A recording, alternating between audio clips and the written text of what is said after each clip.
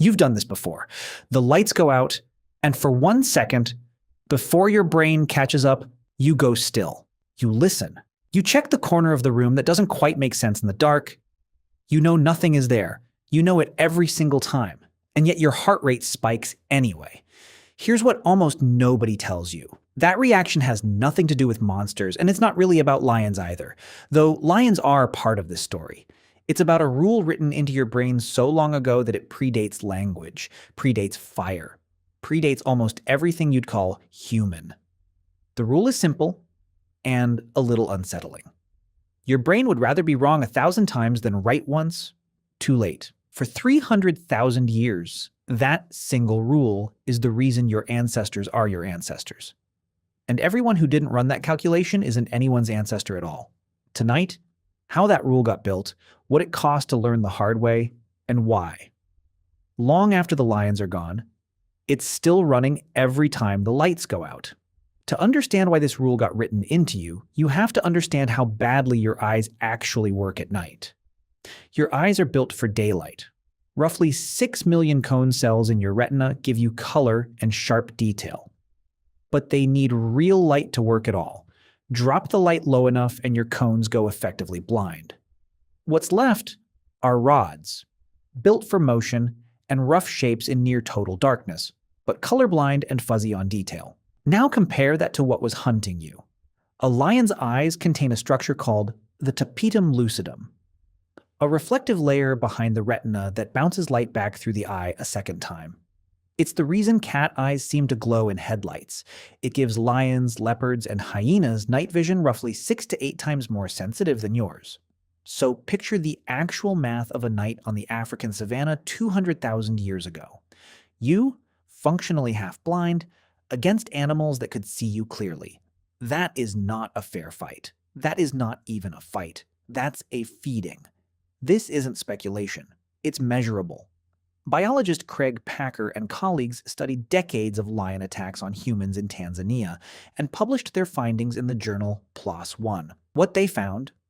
Nearly 60% of every recorded victim was attacked inside a single 4-hour window after dusk, and attacks were 2 to 4 times more likely in the week after a full moon than in the week before it. The reason is almost elegant. A waning moon rises later and later each night, leaving a stretch of true darkness right when people were still out and about. Let that sit for a second. Lions weren't randomly dangerous. They were strategically dangerous, timing their approach to exactly when human vision failed hardest. Your ancestors didn't need a biology textbook to notice this pattern. They noticed it the way you notice a hot stove, once and permanently. In 1971, psychologist Martin Seligman proposed preparedness theory. Humans don't learn all fears equally. We're biologically preloaded to acquire certain fears almost instantly: darkness, heights, snakes, spiders.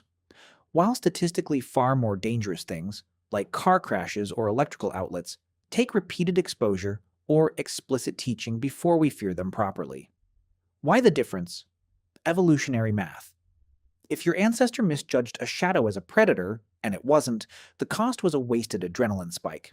Nothing more. If your ancestor misjudged a predator as a shadow, the cost was death and the end of that entire genetic line. Run that asymmetry across a few 100,000 generations, and you don't end up with a species that's occasionally cautious in the dark. You end up with a species permanently biased toward assuming the worst the moment visibility drops. Not because the fear is usually right, but because the individuals who didn't carry that bias didn't survive long enough to pass anything down. That's not fear. That's math wearing the costume of an emotion. Picture the moment this rule fires, a twig snaps in tall grass behind you.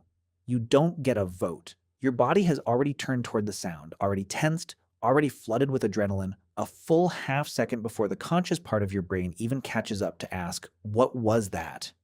That gap between reaction and thought is the rule in action. It doesn't wait for permission. Here's the proof that this is instinct, not just upbringing. Multiple studies tracking childhood fears, including research published in the Journal of Clinical Child Psychology, find something remarkably consistent. Fear of the dark reliably peaks around age 4, then gradually fades, And it shows up across children with wildly different upbringings, parenting styles, and levels of exposure to scary stories or media. That doesn't mean every child on Earth was tested side by side in one grand experiment.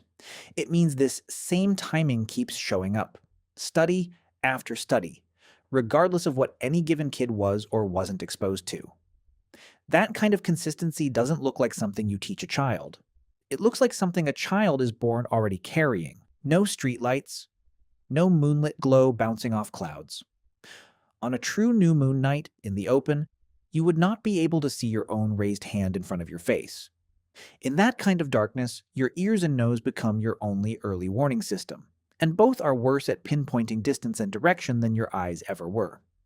Every snap of a twig could be 40 feet away or 4, and an animal that guessed wrong didn't get a second guess. Eventually, something did shift the odds.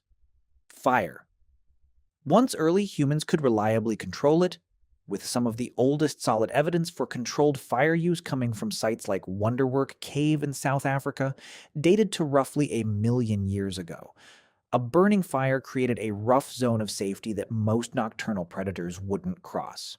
But fire didn't erase the fear, it just gave it a boundary. Inside the firelight, you could relax. One step past it, every instinct from 1 million years of night-blind vulnerability came roaring back online. The fear never actually left. It just learned where its edges were. Fast forward past agriculture, past cities, past electric light, all the way to right now, tonight, in a house with working light switches and a locked front door and 0 lions within 1,000 miles. In 2012, sleep researcher Taryn Moss and colleagues at Ryerson University in Toronto ran a study on college students, splitting them into good sleepers and poor sleepers, then measuring their blink response to sudden bursts of noise in both light and dark conditions. The good sleepers adapted to the noise over time, in both conditions. The poor sleepers didn't. In the dark specifically, they grew more anticipatory and easier to startle the longer the darkness went on. That's the physical signature of exactly what this video has been describing. Not panic, but a quiet, persistent elevation in vigilance. Your nervous system staying slightly more switched on in the dark, scanning for patterns it hasn't gotten actual evidence for in tens of thousands of years. That's the same feeling from the very beginning of this video. Checking the corner of the room that doesn't quite make sense, even when you know, rationally, completely, that nothing is there. Your brain isn't malfunctioning when that happens. It's doing exactly the job it was built to do, using a threat model that is 300,000 years out of date and still, technically, undefeated. Because the humans who ignored it didn't get to pass that trait down. So the real reason ancient humans were afraid of the dark was never really about monsters, or even, at its core, about lions. It was about a brutal evolutionary trade. A brain willing to be wrong constantly, in exchange for never being wrong about the one thing that mattered. That trade built you. It's still running quietly every time the lights go out. A message from every single ancestor who guessed right, passed down the only way that actually matters by making sure you're here to receive it.